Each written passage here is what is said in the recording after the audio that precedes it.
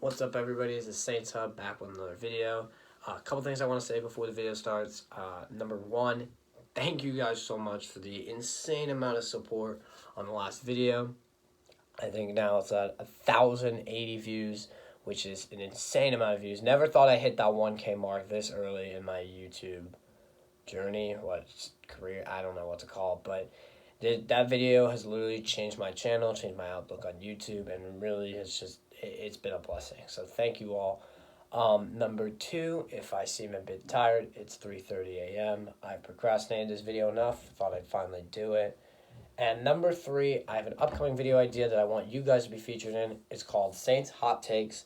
And basically, I want you to comment down below your hot take for the Saints, like a controversial opinion. And I'll try and say Saints Hot Takes, and then and I'll try and get you in for the video. But without further ado, let's start this reacting to mock drafts part 2. All right, so the Sports Illustrated New Orleans Saints have us taking in the first round Laviska Shenault. If you have been here for a while, you know I'm not that big of a fan of him. I really think he is second-round talent. Well, not talent. It's that I'm a big believer in stats, and obviously he did not have the stats to prove himself. Steven Montez isn't a great quarterback, but he's not that... he's pretty bad. I don't know. I'm not a big Laviska fan. I don't think he did very well at the Combine. I know he's injured, but wasting our first-round pick on a wide receiver when we already have Emmanuel Sanders and we're making that one last run for the Super Bowl seems stupid. Round 3, they have us taking Solomon Kindley. I do not understand this pick, but I may actually understand it a little bit more now. But basically why I don't like him is he had a 5.5 Combine grade, which is equal to 330. Make the roster or practice squad to make the end of it. So why are we going for a guy with that shitty of a Combine grade? Now, why this makes no sense is, well, before I thought that, it's because we have Larry Warford and we just signed Pete to a mega deal. But there were some rumors that the New Orleans Saints are not opposed to moving on from Larry Warford. I personally do not understand at all. I think Larry's a great guy. He's restructured his contract. I think restructuring it some more could really help us. I think that's probably the only issue is really the money. I think we all love Larry. Does a great job. Protects Drew very well. I don't really get it, but that's the only reason that pick would make sense. But I'm not a fan of it. I think there's better alignment in the draft, especially better than a guy with a 5.5 Combine grade. But in round 4, they have us taking the Ohio State wide receiver KJ Hill. And so the thing is, KJ Hill didn't have the best stats at Ohio State, but the New Orleans Saints have already drafted a wide receiver with not the best stats at Ohio State, and that man turns out to be the best wide receiver in the NFL. I'm talking about none other than Michael Thomas. But KJ Hill's solid talent, especially I see him going in the 3rd round, so I don't see us getting him in the 4th, but if we did, it'd be a nice little steal. But in this draft, you have us taking 2 wide receivers, which makes absolutely no sense when we just signed Emmanuel Sanders. I like Hill a lot, though. 10 TDs. Didn't have the yards necessarily that I like, but I'm not opposed to getting a good wide receiver like that. Round number 5, they have us taking 5'8" corner Amik Robertson. Now, I'm not a big fan of a 5'8" corner, but Amik had a really good Combine with a 6.3 grade, which equals about being a starter in about 1 to 2 seasons, which is exactly what we want for a 5th-round pick. I mean, that's very good. I think the only thing really holding him back is his size. I like a 6-foot corner, but I know there's some 5'10", 5'11" corners that do the job well. I just think 5'8" is really short. I mean, I'm 5'9", and I'm a fucking midget, and I'm taller than this dude. It's just a preference thing, but I think Amik's really good, and if we could snag him in the 5th round, I'd be very happy with that. In the 6th round, they have us finally addressing the linebacker position. We need to address it way earlier. Michael Pickney out of Miami University. And he had a 5.82 Combine grade. I was going to say Amik's school, but I honestly didn't write it down for some reason. He's out of Miami, 5.8 Combine grade, 40 tackles, 5 sacks. 5 sacks aren't that bad. I mean, it's a 6th-round pick. I guess he's not too bad. But us addressing the linebacker that late in the draft just makes absolutely no sense, which it's our biggest need. So I don't get that. I don't like waiting that long to finally address it. Craig Robertson should never be starting a game for us, and if that's our future, then we will not be winning the Super Bowl this year. So another one, Another mock draft by the Canal Chronicles have us taking Jordan Love in the first round. I'm not a big Jordan Love guy. I think he really struggled in his goddamn sophomore, junior season. Had a really, I think it's his junior season he struggled. His sophomore season was really good. Junior season was absolutely atrocious.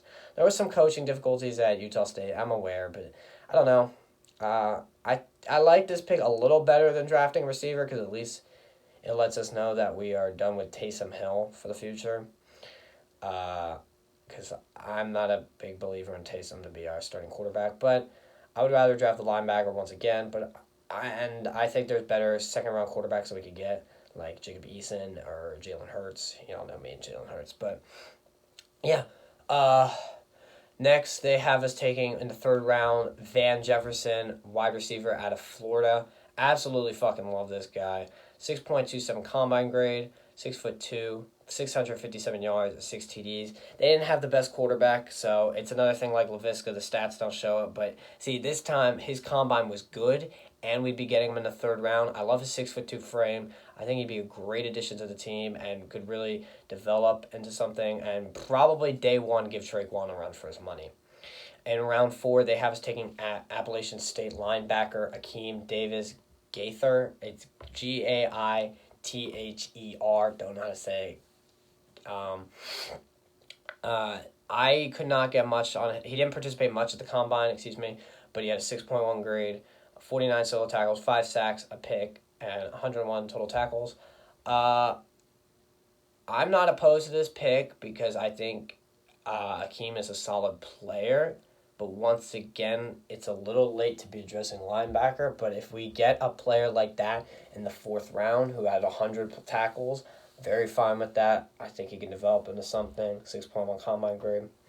In round 5, they have us taking Josiah Scott, playmaker, who I talked about in my last video.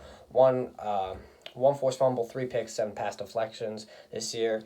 Josiah is an absolute steal for the 5th round. I love this guy. I love how we're addressing the cornerback.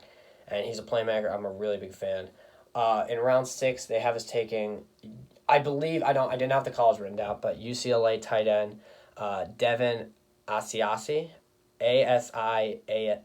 I'm really bad with names, so don't torch me. But he had a 6.26 combine grade, 641 yards, and 4 TDs. Unless we don't see a future with Jared Cook, I don't get this pick at all. Let him play out his career as a New Orleans Saint unless he starts to suck. Don't get that at all. I guess the 6th round is just not too bad, but I don't know. And another one by the Canal Street Chronicle, another mock draft, by the Canal Street Chronicles.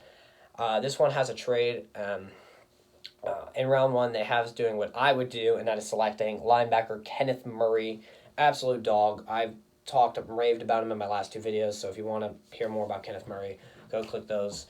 But the trade begins when the New Orleans Saints trade their 88th pick and a 2023 round pick for the number 70th pick and pick 246.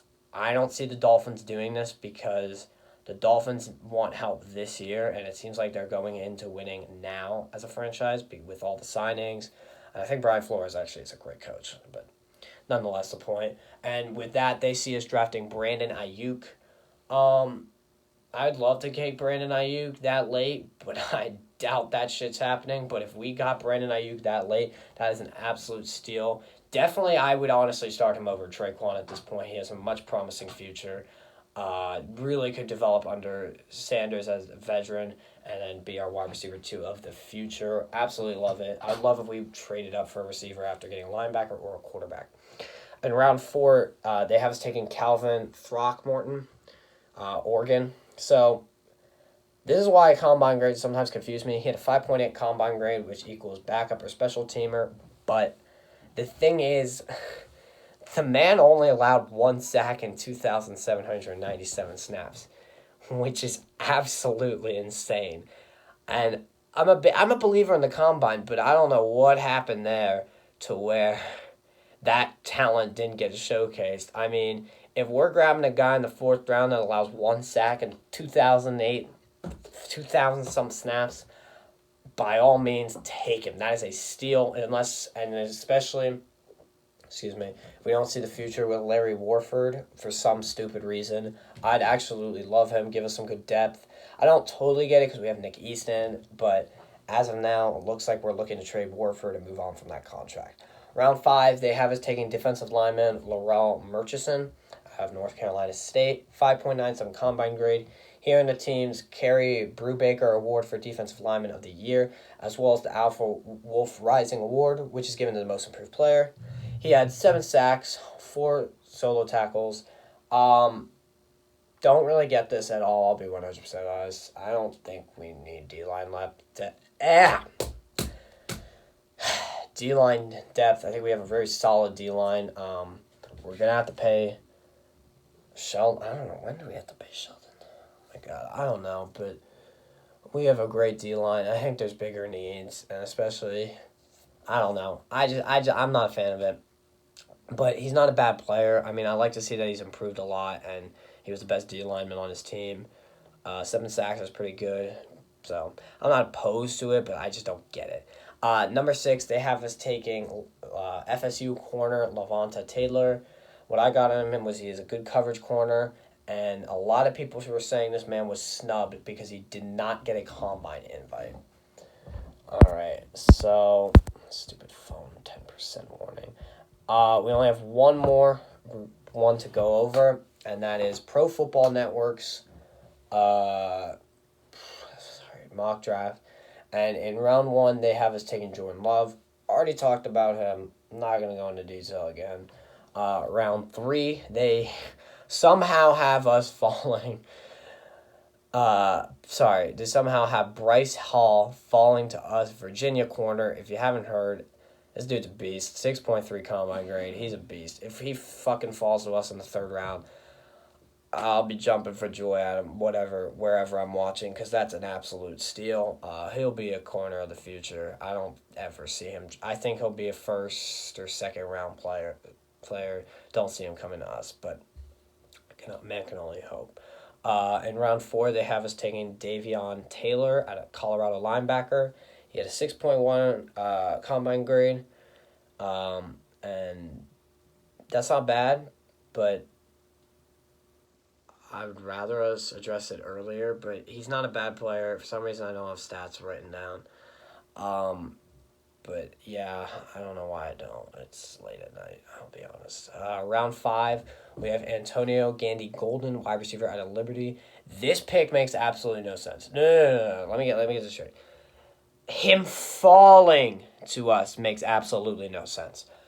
If we got this man in the 5th round, holy balls, we're golden. 79 catches, 1,396 yards, and 10 touchdowns. So this man balled the fuck out. I know he's in the lower D1 school at Liberty, but the talent is there. 6.27 combine grade. If we get him in the fucking 5th round, I would be fucking ecstatic. That just shows the wide receiver depth in this draft class, and it's absolutely insane. In round 6, they have us taking a running back out of TCU. I won't be able to say his name. Don't get this at all unless we're not signing Kamara. But yeah, that's basically all I have to say. You know, I feel like I do a bad job on these videos because all I'm doing is just talking really fast and reading off my screen. But you guys seem to love the last one, so I brought it back. Don't forget to comment your Saints hot take to be in my next video. Yeah, I hope you guys really enjoyed. Hit the like button, sub button, and I'm going to go to sleep now, so peace.